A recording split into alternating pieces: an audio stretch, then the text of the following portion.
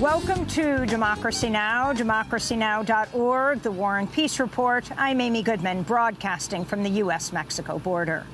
In Annapolis, Maryland, a gunman armed with a shotgun and smoke grenades stormed the newsroom of the Capital Gazette newspaper Thursday afternoon, killing 5 people and injuring 2 others. It marked the deadliest day for U.S. journalists since 9/11. The dead were identified as editors, reporters, and staff: Rob Hyacin, Wendy Winters, Gerald Fishman, John McNamara, and Rebecca Smith. Phil Davis, the courts and crime reporter for the Capital Gazette, tweeted, "There is nothing more terrifying than hearing multiple people get shot while you're under your desk and then hear the gunman reload," unquote. Surviving journalists remained defiant and published a Friday edition of the Capital Gazette this morning. Police took the alleged shooter into custody alive. They identified him as Jared W. Ramos, a 38-year-old white man from Laurel, Maryland, with a history of posting violent threats on social media. Ramos unsuccessfully sued Capital Gazette for defamation in 2013 after the paper reported on his online verbal abuse of a female former classmate, for which Ramos pleaded guilty to a misdemeanor harassment charge. A Twitter account bearing Ramos's name in 2015 made an explicit threat against 2 employees at the Capital Gazette, saying it would be nicer to see them cease breathing. One of those threatened, Tom Marquardt, reported the threat to police at the time, prompting officers to visit Ramos at his home. But police did not charge him, citing a lack of evidence. Marquardt responded to Thursday's massacre, saying, quote, "In my day, people protested by writing letters to the editor. Today, it's through the barrel of a gun." At the White House, President Trump ignored shouted questions from reporters about the Maryland massacre after leaving his helicopter and crossing the White House lawn. Mr. President, can you react to the shooting in Annapolis? Would you please talk to us about the dead reporters in Annapolis? Mr. President, why will you keep talking about it? Do you have any words of condolence for the families, Mr. President? Why are you walking away? Why won't you come and talk to us about that? Trump later tweeted, "My thoughts and prayers are with the victims and their families." The president has frequently called the press the enemy of the American people, as early as earlier this week. Thursday's massacre came just 2 days after a former writer at Breitbart News, Milo Yiannopoulos, told the New York Observer, quote, "I can't wait for vigilante squads to start gunning journalists down on sight." In Washington, D.C., nearly 600 women were arrested Thursday during a massive nonviolent civil disobedience action on Capitol Hill, protesting the Trump administration's immigration policies. Protesters chanting "We care" and "Abolish ICE," and wearing Mylar emergency blankets like those given to immigrants imprisoned in U.S. detention centers flooded the Hart Senate office building for a sit-in protest demanding immigrant children be released from U.S. custody and reunited with their families. Among the protesters was Linda Sarsour, co-organizer of the Women's March on Washington.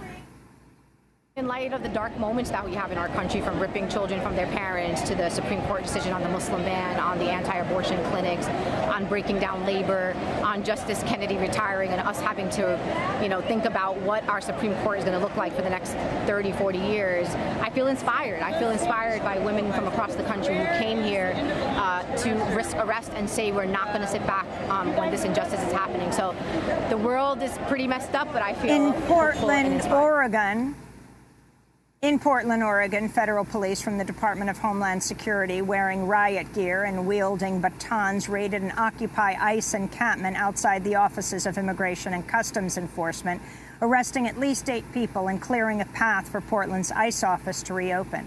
The building had been effectively shut down for 11 days after activists set up a 24/7 protest encampment demanding the agency be abolished. Here in Brownsville, Texas, more than 1,000 people gathered outside the federal courthouse to demand all the families be reunited. After headlines will air voices from that protest, Thursday's demonstrations came ahead of a national day of action against Trump's immigration policy planned for Saturday. Protesters organizing under the hashtag Families Belong Together will gather outside the White House for a massive protest, with sister rallies planned for more than 600 other locations throughout the United States. In Guatemala City, Vice President Mike Pence told the presidents of Guatemala, El Salvador, and Honduras Thursday that the Trump administration will continue to stymie the efforts of Central American migrants seeking to enter the United States. Among this flood of illegal migrants are human traffickers and violent gang members like MS-13, but most are making the journey seeking economic opportunity, driven by the misguided belief that they can ignore the laws of the United States and enter our nation without consequences. I say with great respect to the presidents gathered here, this exodus must end. Meanwhile, the Texas Tribune reports immigrant children, including toddlers, are being ordered into court for their own deportation proceedings. The children are not provided a lawyer, but are handed a list of legal service organizations that might help them. One immigration lawyer in California described a 3-year-old child separated from family climbing a table during a deportation proceeding, saying, "It really highlighted the absurdity of what we're doing with these kids."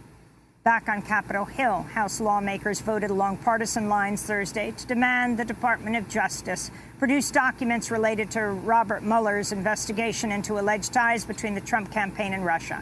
The non-binding resolution passed on the same day Republicans called FBI Director Christopher Wray and Deputy Attorney General Rod Rosenstein to testify before the House Judiciary Committee. Republicans repeatedly accused Rosenstein of withholding documents, at times shouting at the Trump-appointed second-in-command at the Justice Department, who oversees Mueller's investigation. Democrats said after the hearing Republicans are seeking a pretext to impeach Rosenstein in a bid to end the Russia probe. In climate news, the central and eastern United States are bracing for what forecasters are calling a dangerous and oppressive heat wave this weekend that'll include possible record-high temperatures with a heat index in Chicago that could reach 115 degrees Saturday. In China, a heat wave continued to bake Shanghai, Beijing, and other northern cities, forcing China to speed imports of liquefied natural gas to meet rising energy demands for air conditioners. Meanwhile, parts of Great Britain recorded their hottest temperatures ever measured in June Thursday. In Scotland, the roof of the Glasgow Science Centre began oozing tar as parts of the structure melted in the unprecedented heat. A Democratic National Committee panel has voted to dramatically limit the use of so-called superdelegates in its presidential nominating conventions. In 2016, Hillary Clinton began the primaries with a more than 400-delegate lead over Bernie Sanders by securing support from superdelegates, the 712 Congress members, senators, governors, and other elected officials who often represent the Democratic Party elite. And President Trump has set his summit with President Putin for July 16th. It will take place in Helsinki. And those are some of the headlines. This is Democracy Now!, democracynow.org, The War and Peace Report. I'm Amy Goodman.